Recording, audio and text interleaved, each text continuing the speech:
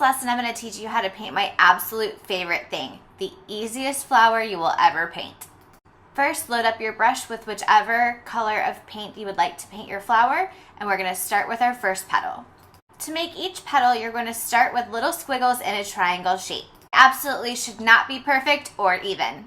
The thing that makes these flowers so amazing is that they don't have to be perfect on the first try. If you don't like the way a petal is shaped, go back and fix it. If you want to add more water or more paint, adjust accordingly. Flowers in nature don't feel pressure to be perfect when they bloom, so don't feel pressure to have your flowers be perfect either. I love the way these flowers look with 5 petals, so mine will almost always have 5. Sometimes the petals will be closer together, sometimes they'll be a little further spread apart, but again, go in and adjust them however you like for your flowers. If you want to make sure your flowers don't bleed together, you can do one of two things. Either draw them further apart like this, or make sure your first flower is completely dry before you start to paint your second. No matter how you decide to paint your squiggle petals, just really feel the creativity flowing through your brush and let your hand be a little bit loose. Painting these always really becomes a moving meditation for me. For this blue one, I'm going to make it bleed a little bit. Bleeding is when one color touches the other color while it's still wet and the colors kind of fuse together. Some artists don't like bleeds or blooms, which is where the water dries differently on the paper, and so it kind of creates a weird spidery effect. But I'm obsessed with them. I think they look really cool and authentic and organic. My pink flower started to dry a little bit and it's not bleeding the way I wanted it to, so I'm gonna add in a little bit of water and paint here to kind of force that bleed. Although painting with watercolor can be really scary, it's actually quite forgiving, especially while it's still wet. Once it dries, it's a little bit more difficult. As you paint your little squiggle petals, it's okay to let your hand be a little bit more loose and free with the little squiggles of your flowers. Feel free experimenting having them larger or smaller, closer together or further apart, and go back in and change whatever you don't like. Of course, we could stop here, but I once heard someone say, if you don't know if your art is done or not, take a step back and look at it.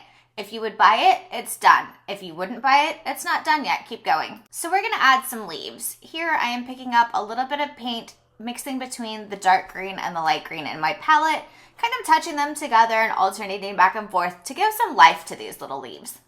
To create the leaf, I'm making sure I have paint on my brush and then gently laying down kind of one stroke of the brush for half the leaf and then pulling it over again for a second stroke for the second half. A lot of tutorials show leaves as a kind of one stroke process where you use the pressure of the brush to start light, get thicker, and then get thin again.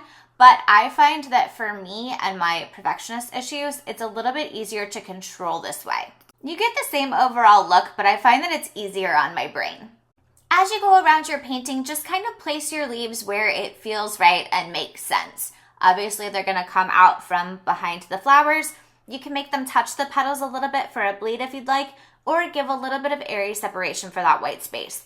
When it comes to watercolor, white space is really important. You don't want everything to be too close that it can't breathe, but also you don't want it so far apart that it's just separate pieces. Also make sure there's a lot of variation in your leaves. Sometimes have 1 or 2 or 3, mix different colors together. Keep it really exciting. Now for the finishing touch, which is honestly one of my favorite parts, we're gonna add some little dots. I call these little fairy dots. Select whatever color of paint you'd like and paint just tiny little dots with the tip of your brush anywhere you want around your little flower bouquet. I like to do a few sets of 3 in a little triangle shape throughout various spaced out portions of my painting. And then I like to go back in the remaining open space and add little singular dots to kind of break things up, but also fill in some of that space. Although we don't have any glitter or sparkle shades in this palette, if you have additional glitter, sparkle shades, or a gold paint, or some sort of glitter that you'd like to use, even dots of glue and then put glitter on it, I think it's always really fun to make these little fairy dots extra glittery. It just adds a bit of whimsy to the end of this moving meditation that you've created through painting these florals.